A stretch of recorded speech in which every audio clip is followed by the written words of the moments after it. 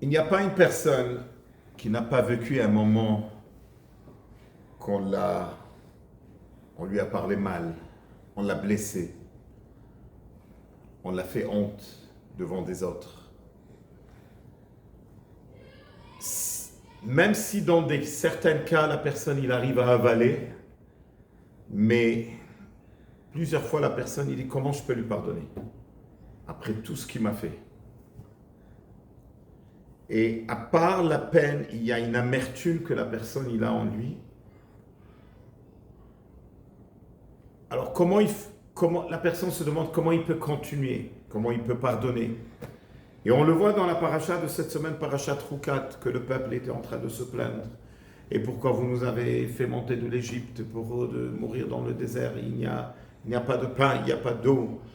Et Hachem, pour lui, c'était très dur que le juif n'a pas de reconnaissance pour tout le bien que Dieu il leur faisait dans le désert.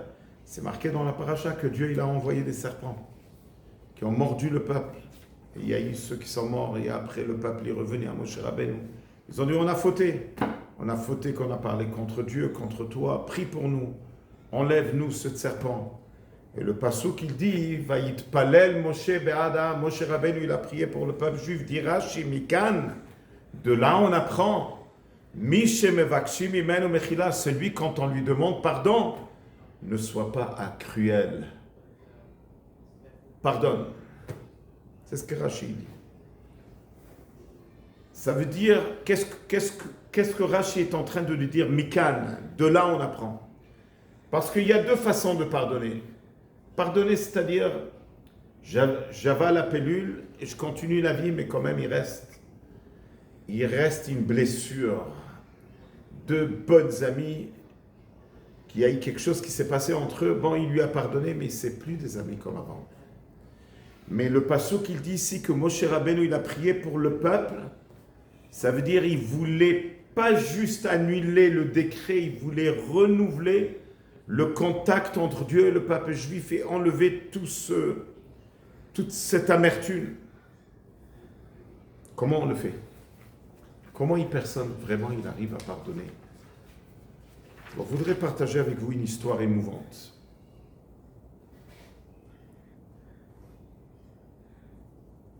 L'histoire, il s'agit d'une fille qui s'appelle Yocheved Brockstein. Elle a été envoyée à un camp d'été. Le camp a duré 1 mois. Et l'habitude, c'est que les parents ils viennent visiter leurs enfants durant le camp. Alors, les parents sont venus avec les grands-parents pour visiter Yocheved. Et voilà, à un certain moment, le père de Yocheved, qui s'appelle Ruby, il est en train de se promener avec son père. Et là, il y a quelqu'un qui passe. Et le père, il fait comme ça avec la tête. Et lui, il demande à son père, qui c'est ces personnes? Ah, avant la guerre, c'est-à-dire avant le Holocauste, c'était mon meilleur ami. Et tu l'as vu depuis? Ah non, ça fait des dizaines d'années que je ne l'ai pas vu. Je ne comprends pas. Des dizaines d'années, tu n'as pas vu ton meilleur ami et maintenant, c'est juste un petit bonjour. Ah, il faut que je le connais. Ah, le papa, il dit, c'est mieux que tu ne le connais pas. Ah, alors, qu'est-ce qui se passe? Il dit, regarde, avant la Shoah, ma famille était en Roumanie. Quand la guerre a commencé, mon père était très intelligent, il a vu le futur. Il a investi du temps, de l'argent, et il a acheté des visas pour toute notre famille pour aller aux États-Unis. Pendant quelques jours, on était en train de se préparer au voyage. On a préparé les valises.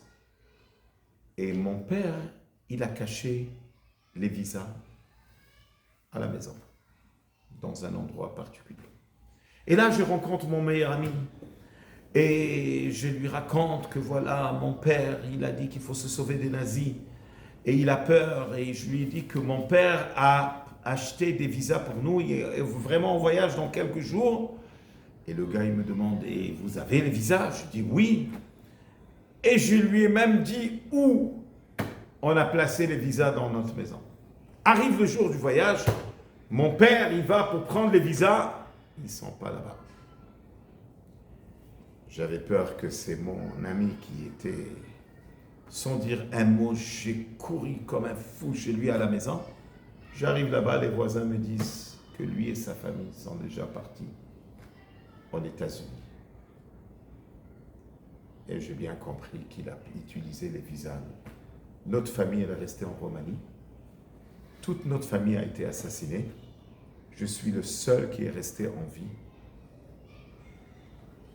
Et lui, il se sauvait avec toute sa famille aux États-Unis. Il a été sauvé grâce à nos visas. Ruby a été choqué. Maintenant, il me dit, tu le vois et tu n'agis pas.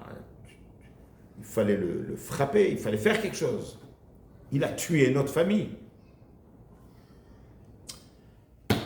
Son père lui répond, Ruby, pendant des années, j'avais une colère grave. Et je rêvais quand est-ce le jour que je pourrais me venger de lui. Mais le temps est passé. Et je dis oui, c'est une histoire grave, mais c'était des moments difficiles.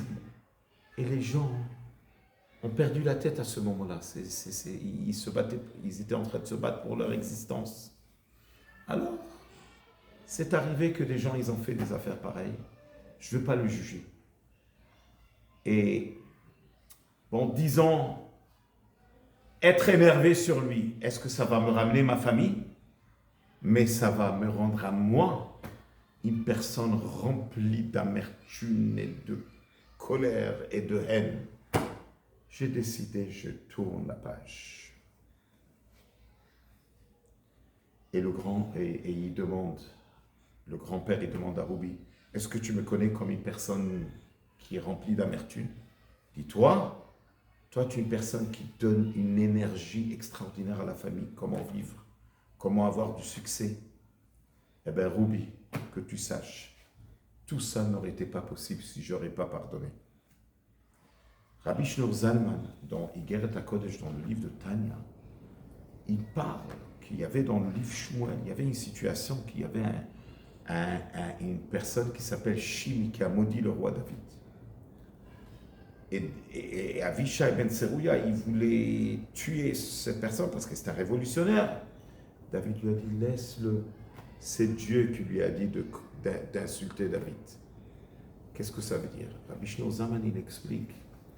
Quand il y a une personne qui vient t'insulter, tu penses que lui, il est venu t'insulter? Ça vient du ciel. Donc, c'est quelque chose que tu dois passer à travers.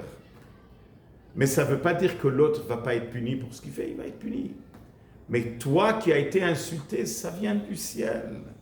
Quand tu sais cela, ça enlève la colère, ça enlève l'amertume.